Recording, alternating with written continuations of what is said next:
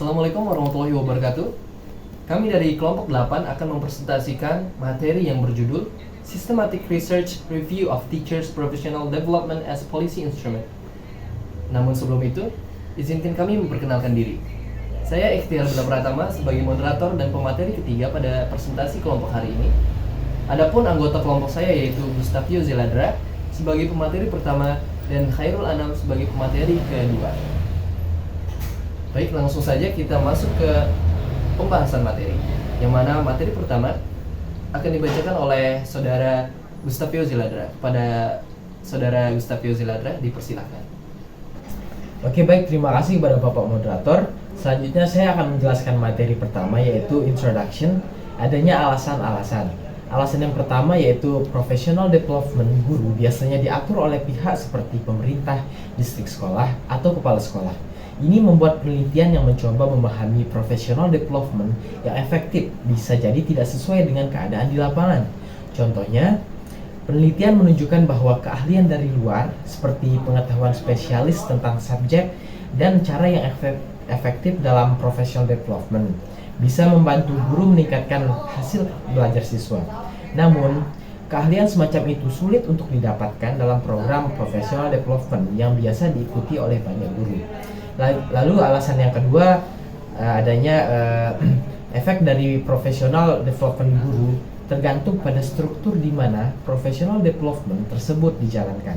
Kadang-kadang perubahan yang diperlukan dalam pengajaran memang sulit dilakukan, tapi tanpa dukungan yang baik, upaya-upaya untuk melakukan perubahan ini bisa gagal.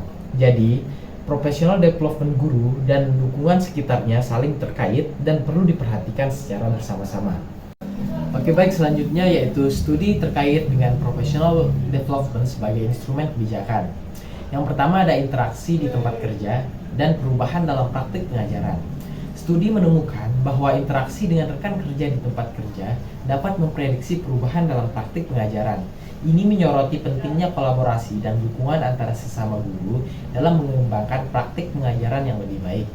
Lalu yang kedua ada partisipasi dalam professional development formal dan perubahan dalam keyakinan. Partisipasi dalam professional development formal dapat memprediksi perubahan dalam keyakinan guru. Hal ini menunjukkan bahwa pelatihan dan pengembangan profesional formal dapat memengaruhi persepsi guru tentang praktik pengajaran mereka. Lalu selanjutnya yang ketiga, ada ketergantungan pada infrastruktur sistem sekolah. Efek dari interaksi di tempat kerja dan partisipasi dalam professional development formal bergantung pada infrastruktur sistem sekolah lokal, seperti ketersediaan pelatih matematika. Ini menunjukkan bahwa dukungan dan sumber daya di tingkat sekolah sangat memengaruhi efektivitas dari inisiatif professional development. Oke, baik, selanjutnya ada pentingnya penelitian professional development dalam pengaturan yang mirip dengan pengalaman guru. Nah, yang pertama ada studi tentang pengaturan yang mirip dengan pengalaman guru. Penting untuk menyelidiki professional development dalam pengaturan yang mirip dengan pengalaman yang dialami oleh sebagian besar guru.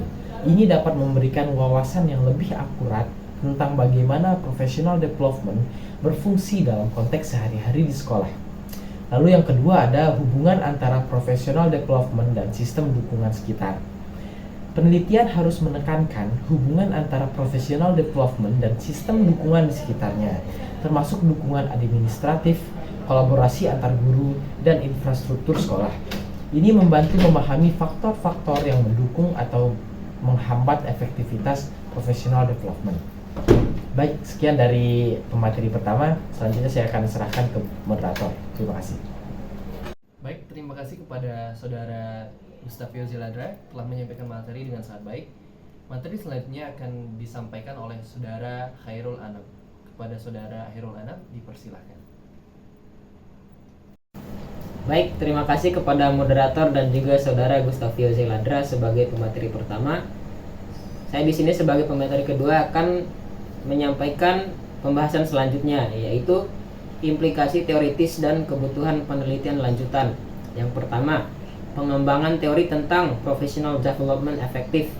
Diperlukan pengembangan teori tentang professional development yang lebih sesuai dengan struktur pengelolaan pendidikan yang ada. Ini membantu peningkatan kesesuaian antara strategi professional development dan kebutuhan sekolah yang beragam. Yang kedua, studi tentang interaksi antara professional development, kebijakan dan profesionalisme. Penting untuk menyelidiki hubungan antara professional development, kebijakan, dan profesionalisme guru dalam berbagai konteks. Ini dapat memberikan wawasan tentang bagaimana kebijakan pendidikan dapat lebih mendukung pengembangan profesional guru. Yang ketiga, penelitian pada pengaturan yang mirip dengan pengalaman guru. Studi lebih lanjut diperlukan untuk menyelidiki professional development dalam pengaturan yang lebih mirip dengan pengalaman sehari-hari guru.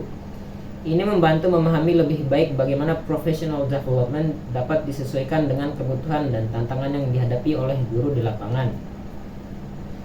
Kemudian, mengidentifikasi faktor-faktor yang mempengaruhi professional development. Faktor-faktor yang memengaruhi partisipasi, kualitas, dan arah professional development serta dampak kebijakan tersebut dalam praktiknya. 2. Memperkenalkan lapangan penelitian dan perubahan kebijakan. Tinjauan tentang lapangan penelitian saat ini dan perubahan terbaru dalam lingkungan kebijakan dengan menguraikan beberapa contoh studi dan perkembangan kebijakan. Yang ketiga, melengkapi tinjauan-tinjauan.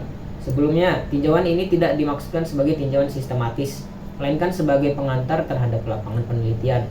Tinjauan terbatas pada penelitian implementasi kebijakan Amerika, sementara tinjauan sebelumnya lebih terfokus pada situasi di negara-negara tertentu atau sudut pandang tertentu tentang professional development sebagai instrumen kebijakan.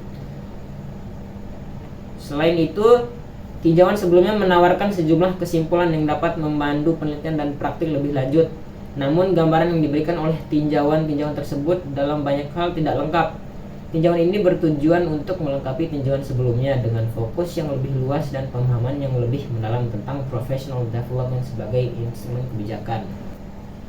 Dan kemudian ada metode. Yang pertama, pencarian literatur.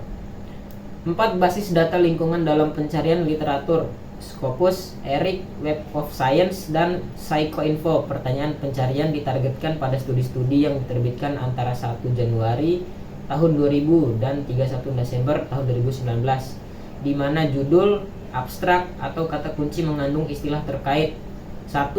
Guru, dan kedua, pengembangan profesional, dan ketiga, di mana teks mengandung istilah mengenai professional development sebagai instrumen kebijakan.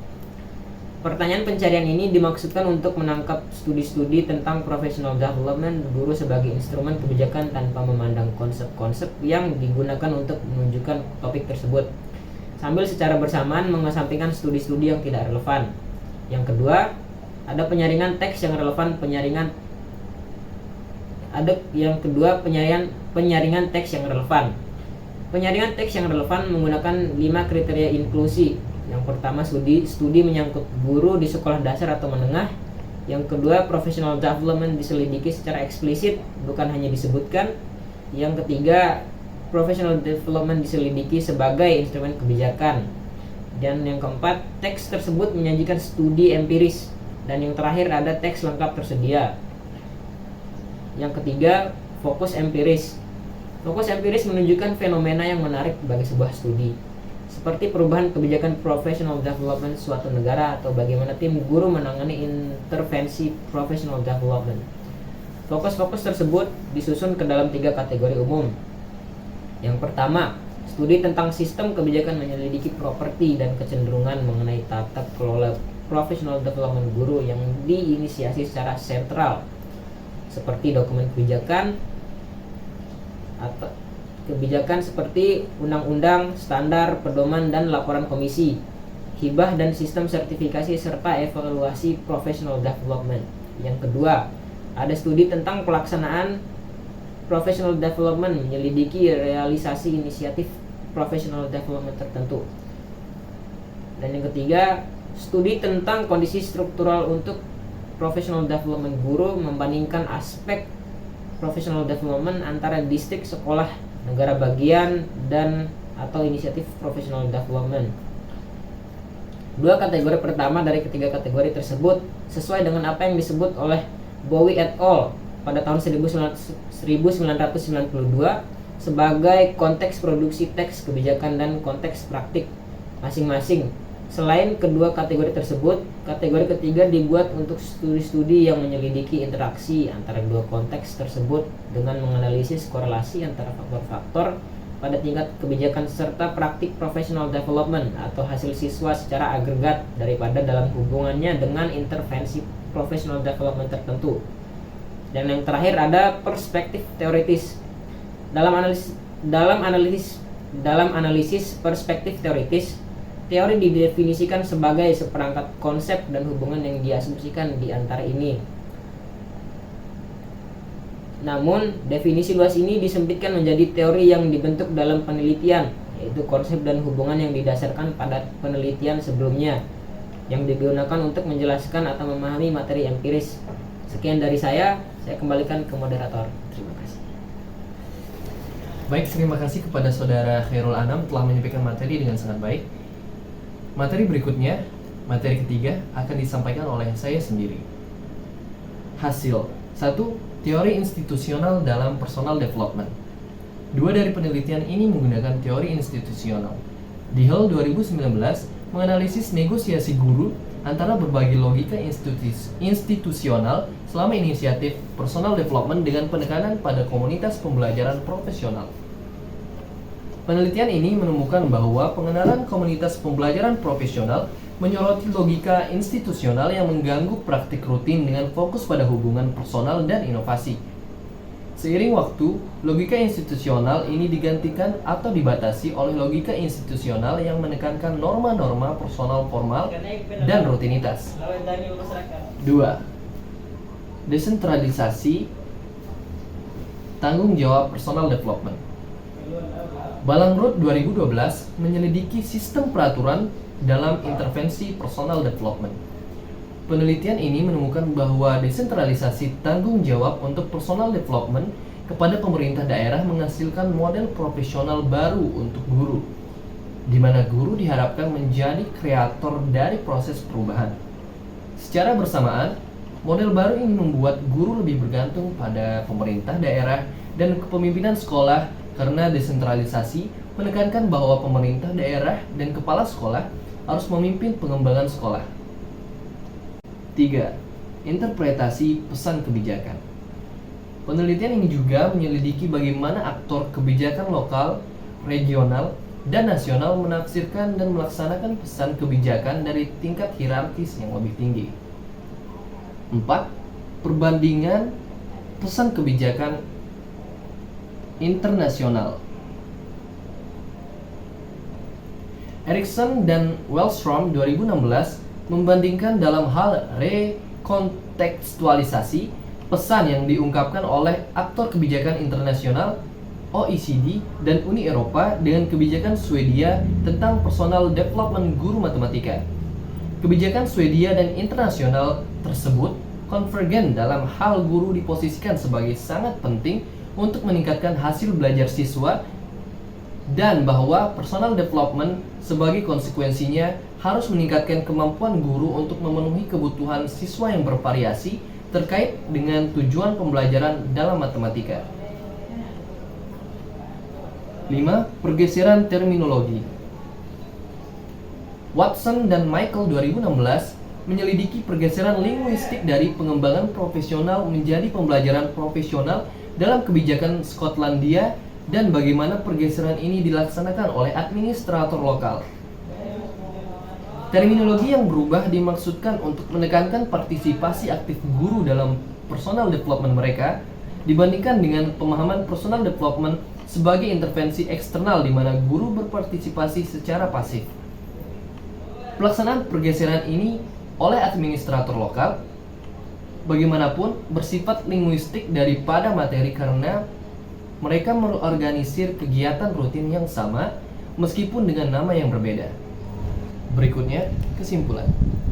Dari tinjauan yang sudah ada, dapat disimpulkan bahwa untuk mencapai perubahan dalam pengajaran, penting untuk memperhatikan dua hipotesis utama. Pertama, kebijakan pengembangan profesional harus mengakomodasi baik guru maupun administrator dengan memahami bahwa pembelajaran guru sebagian bergantung pada pemahaman administrator tentang pengajaran dan pembelajaran. Kedua, tindakan kebijakan yang digunakan harus saling terkait secara koheren dengan elemen-elemen kebijakan atau reformasi lainnya. Studi menunjukkan bahwa koherensi ini mendukung praktik pengajaran yang berubah dan hasil yang lebih baik dalam upaya perbaikan sekolah. Oleh karena itu, untuk memajukan kualitas pengajaran, penting untuk memperhatikan keterlibatan dan koherensi dalam kebijakan pengembangan profesional. Baik, sekian dari kelompok kami. Kurang lebihnya saya mohon maaf. Wabillahi taufiq wal hidayah. Wassalamualaikum warahmatullahi wabarakatuh.